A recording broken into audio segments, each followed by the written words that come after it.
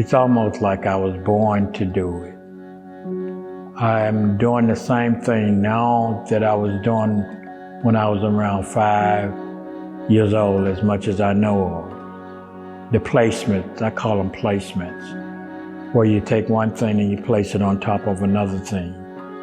And then the two things coming from different directions. But when you put them together, they deliver a message.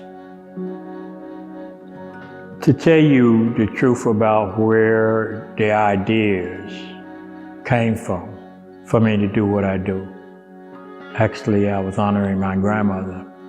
My grandmother would get up early in the morning and she'd go to the landfill, they call it the city dump. So now she would gather all these different types of wire like this right here. Okay, she would gather it all. Copper, aluminum, brass, all of that stuff I learned at a very young age. There's two different fire hoses. One is smaller than the other. All of those humans that had the hose pipes turned loose on them, not only in Birmingham, Alabama. I've seen a lot of places on the planet where fire departments and police officers being called to be crowd control. And then that force hitting the human body, it'll slam it against the wall and break your bones. That particular ladder is a piece that has so much power within it. The barbed wire there to hinder you from even catching a hold to the ladder to climb up out of it. Grandpa was in World War I. He came across the waters way before I was even born. But who said that I didn't pick up on my grandfather's spirit? In my own way, I turned out to be a soldier, a foot soldier, a soldier that was working in the aftermath of all humankind. I came out of the foxhole.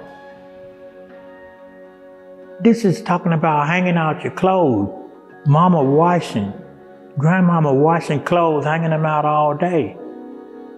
Now, her children that wear the clothes, they become what is hung out. In reality, when you walk the street, you hanging out. Anybody can take you as a target.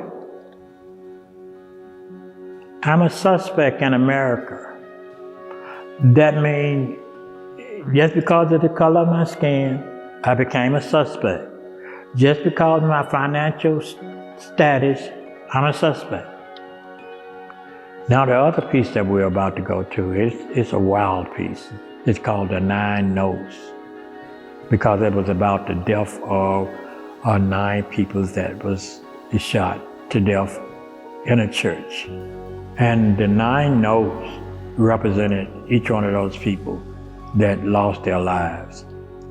And on those 9 bellows, we put a painting. Sometimes the painting itself can echo out the whole meaning of a situation that is so broad, but still, it can be condensed down to one painting. In that painting, you can see the cross that is representing the X.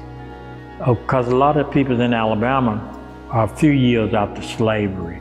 They had no education. The only way that they can even sign their name was with an X.